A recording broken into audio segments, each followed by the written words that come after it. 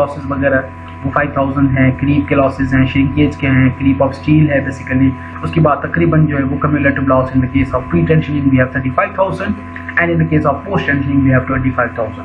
तो ये हमारे पास पीएसआई के अंदर लॉसेस हैं assume initial suggested by the standards and codes. अब आस्टो बेसिकली सजेस्ट करता है कि प्री टेंशनिंग स्ट्रैंड्स के अंदर अगर आपके पास 4000 पीएसआई है तो लॉसेज आपके अपीयर नहीं होते, अगर आपके पास 5000 है 45000 पीएसआई के लॉसेज जो है वो अपीयर होते हैं। पोस्ट टेंशनिंग वायर और स्ट्रैंड 32000 33000, पोस्ट टेंशनिंग बार्स 22 और 23000 पीएसआई। तो ये तमाम लॉसेज जो है वो हमें कोर्स की तरफ से सजेस्टेड है। हमने इन वैल्यूज में से जो है हमने ये वाला टेबल यूज किया और यहाँ से हमने कम्युलेटिव लॉसेज जो है वो 35000 की वैल्यू हमने चूज कर लिया। Assume losses equal to 35 PSI 35000 PSI. Therefore, the initial stress, yeah, effective stress is equals to allowable initial stress minus losses. We got 167.5 psi. So, therefore, area of steel basically is equals to effective pre-stressing force divided by stress. So, if effective pre-stressing force हमने find out किया 586.9 के, उसके बाद हमारे पास initial जो stress आई, effective stress वो 167.5 थी। initial जो calculate the area of steel basically हमारे पास आ गया 3.5 इंच स्क्वायर, यानी कि प्री स्ट्रेसिंग का जो एरिया हमें रिक्वायर्ड है वो 3.5 इंच स्क्वायर का एरिया हमें प्रोवाइड करना है। नाउ इन सम केसेस ऐसा होता है कि जब हम बात करते हैं इलास्टिक शॉर्टनिंग लॉस की, तो इलास्टिक शॉर्टनिंग लॉस जो है वो बेसिकली सम केसेस के अंदर बहुत ही अर्ली में डेवलप हो जाता है। वो लेटर स्टेज या टाइम डिपेंडेंट जो लॉसेस हैं उसकी तरह से नहीं है। उस केस के अंदर हम क्या करते हैं, उस लॉस को समटाइम्स इग्नोर भी कर देते हैं। तो अगर हम इलास्टिक शॉर्टनिंग लॉस को हम नेग्लेक्ट कर दें तो losses after transfer basically we have 22 KSI here. So therefore initial prestressing force is equals to effective prestressing force plus losses after transfer into area of steel. तो इन effective prestressing force 586.9 था, losses after transfer अगर हमने elastic shortening जो है वो हम ignore कर देते हैं तो हमारे पास जो है वो लॉसेस 22 KSI के बच जाते हैं। Area of steel we got 3.5 inch square और टोटल इनिशियल प्री-स्ट्रेसिंग फोर्स जो आपने प्रोवाइड करना है जिसके बाद लॉसेस खत्म हो जाएंगे और इफेक्टिव स्ट्रेस जो है वो हमारे पास इतनी बच जाएगी। उस केस के अंदर initial prestressing force we got 663.9 K। तो ये था इनिशियल प्री-स्ट्रेसिंग फोर्स जो कि हमने कैलकुलेट किया कि हमें इतना जो लोडिंग्स आ रही हैं, ट्रक जो पास हो रहा है, जो डेड लोड्स है मेंबर के, उनके लिए जो हम इसेंट्रिसिटी डेवलप कर रहे हैं और जो हम प्री-स्ट्रेसिंग टेंडेंट प्रोवाइड कर रहे हैं उसका area of steel 3.5 inch square होना चाहिए और उसके अंदर जो पुलिंग फोर्स है बेसिकली वो आपका 663.9 K का आपने अप्लाई करना है। तो ये था हमारा इनिशियल प्री-स्ट्रेसिंग फोर्स। अब आते हैं स्टेप नंबर 9 के ऊपर कि हमने जैसे चेक किया कि हमने फाइबर स्ट्रेसेस हमने फाइंड आउट करने हैं दोबारा, क्योंकि हमने जो पहले फाइबर स्ट्रेसेस फाइंड आउट किए थे वो फाइबर स्ट्रेसेस हमारे थे इनिशियल सिंपल रेक्टेंगुलर सेक्शंस के लिए जिसके अंदर प्री-स्ट्रेसिंग की कोई बात नहीं हो रही थी। अब हमारे पास प्री-स्ट्रेसिंग भी इन्वॉल्व हो गया। So first we will calculate the geometric parameters using the equations for the top and bottom fibres of the girder. अब इसके अंदर हम दोबारा फाइबर स्ट्रेसेस फाइंड आउट करेंगे, लेकिन यहाँ पे तीन चीजें अलग अलग से अपीयर हो रही है मेंबर के अंदर। पहले हम कंपोजिट और नॉन कंपोजिट को अलग अलग लेके आ रहे थे simply as a simple section without prestressing, लेकिन अब यहाँ पे हमारे पास जो है वो प्री-स्ट्रेसिंग आ गई तो फाइबर स्ट्रेसेस जो है वो वेरी कर जाएंगी। ज्योमेट्रिक पैरामीटर्स हमने फाइंड आउट करने हैं for the top and bottom fibre of the girders. Consider the sign convention, यहाँ पे हमने साइन कन्वेंशन यूज करने हैं, यानी अगर डिस्टेंसेस बिलो द सेंट्रॉइड है, सेंट्रॉइड से लेके बॉटम फाइबर तक का जो डिस्टेंस है उनको हमने कंसीडर करना है एज अ पॉजिटिव, और जो अबव है डिस्टेंस सेंट्रॉइड से लेके टॉप फाइबर तक का जो डिस्टेंस है वो कंसीडर होगा as a negative. Signs basically due to tensile stresses and compressive stresses. उसके बाद स्ट्रेसेस हमने 3 स्टेजेस के अंदर फाइंड आउट करनी है 3 डिफरेंट टाइम्स के ऊपर। कौन से टाइम? फर्स्ट ऑफ ऑल हमने बीम के अंदर प्री-स्ट्रेसिंग डेवलप की, सेकंड केस के अंदर बीम के ऊपर हमने स्लैब रखी और थर्ड केस के अंदर जो है वो हमने उसके ऊपर ट्रक लगा दिया। तो 3 डिफरेंट कंडीशंस हैं, उन तीनों डिफरेंट कंडीशंस के अंदर हमने स्ट्रेसेस को फाइंड आउट करना है। जब आप एक at the time of pre-stressing only, जब आप प्री-स्ट्रेसिंग ओनली यानी फर्स्ट केस के अंदर जब आप प्री-स्ट्रेसिंग ओनली कंसीडर कर रहे होंगे और उस वक्त आपने स्ट्रेसेस फाइंड आउट करनी है तो गर्डर का सिर्फ डेड लोड कंसीडर करना है, और जो टाइम डिपेंडेंट जो स्ट्रेसेस हैं बेसिकली जो आपने स्टेप नंबर 6 और 7 के अंदर कैलकुलेट किए हैं वो आपने किस तरह की कंसीडर करनी है, टाइम डिपेंडेंट स्ट्रेसेस 6 और 7 वाले से आप उठा लोगे। बॉटम फाइबर के लिए। उसके बाद at the time slab is placed, जब आप उसके ऊपर स्लैब रखते हो, ये पहला केस था कि जब आप प्रीस्ट्रेसिंग कर रहे हो तो आपने गर्डर का डेड लोड कंसीडर किया और टाइम डिपेंडेंट स्ट्रेसेस कैलकुलेट की उस वक्त जो गर्डर के ऊपर थी।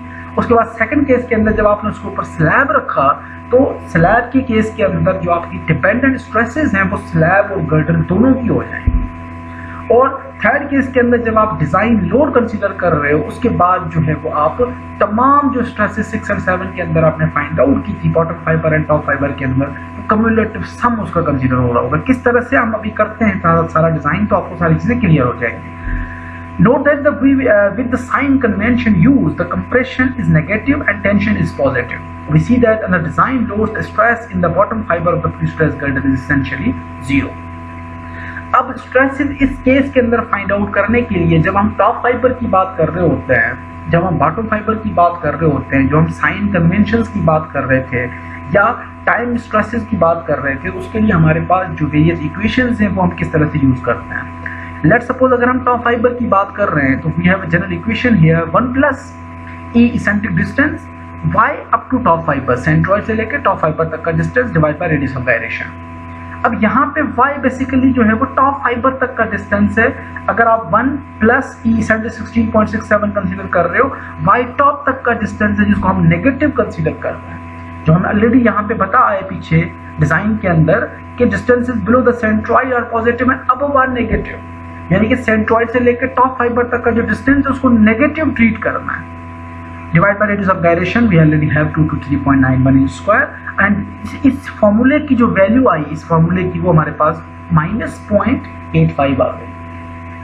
अब बॉटम फाइबर के अंदर हम बात कर रहे हैं तो वाई बॉटम तक का डिस्टेंस चाहिए, जो कि हमने सेंट्रॉइड से लेके बॉटम फाइबर तक के डिस्टेंस को पॉजिटिव ट्रीट करना है, क्योंकि हमारे पास जो स्ट्रेसेस हैं प्री स्ट्रेसिंग में वो बॉटम फाइबर की तरफ मूव कर रहा है। कंप्रेसिव स्ट्रेसेस वहां पे मैक्सिममली अप्लाई हो रही हैं, उस केस के अंदर जो डिस्टेंस है उसको हम पॉजिटिव ट्रीट कर रहे हैं। 1 plus 16.77 plus into 20.24 divide by 224.91। ये YT आपने किस तरह से फाइंड आउट किया, ये ऑलरेडी हम स्टेप नंबर पीछे जो लेक्चर के अंदर ऑलरेडी डिस्कस कर रहे हैं। YT तक का डिस्टेंस, YB तक का डिस्टेंस, ये ऑलरेडी हम पीछे डिस्कस कर रहे हैं।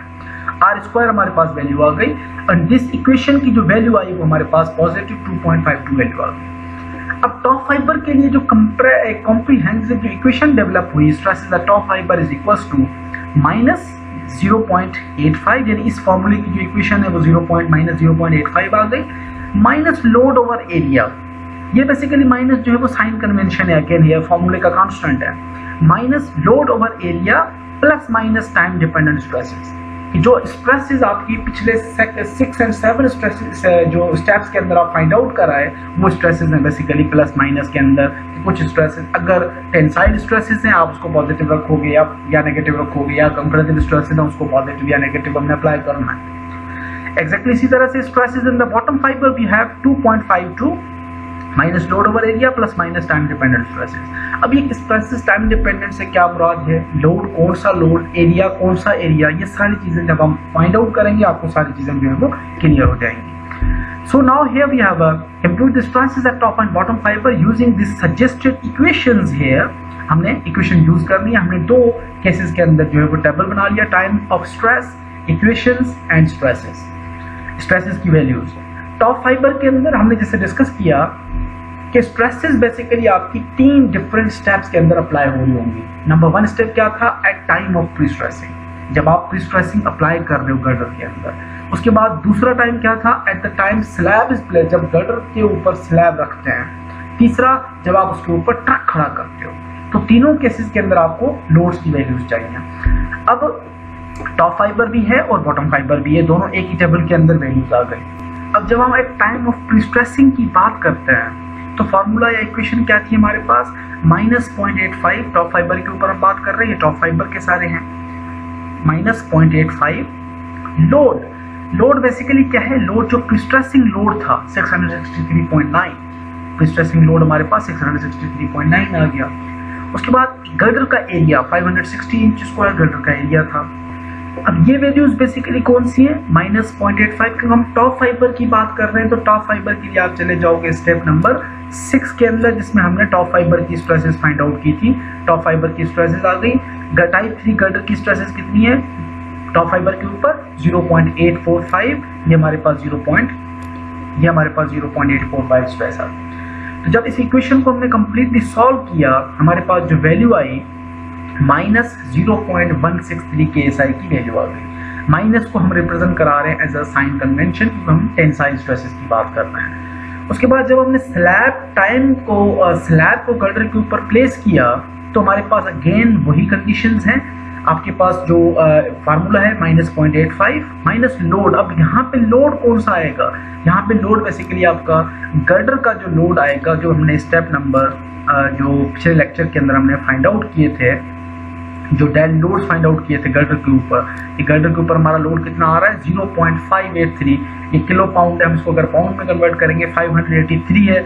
यहाँ पे थोड़ी सी स्लाइड मिस्टेक है, 583 वैल्यू, यहाँ पे मैंने जो है 586.9 कंसिडर की है। इसका कोई इतना बड़ा इशू नहीं है, नो प्रॉब्लम। जैसे इसको लोड हमने कंसिडर करना है dead load of the girder का, एरिया ऑफ द गर्डर।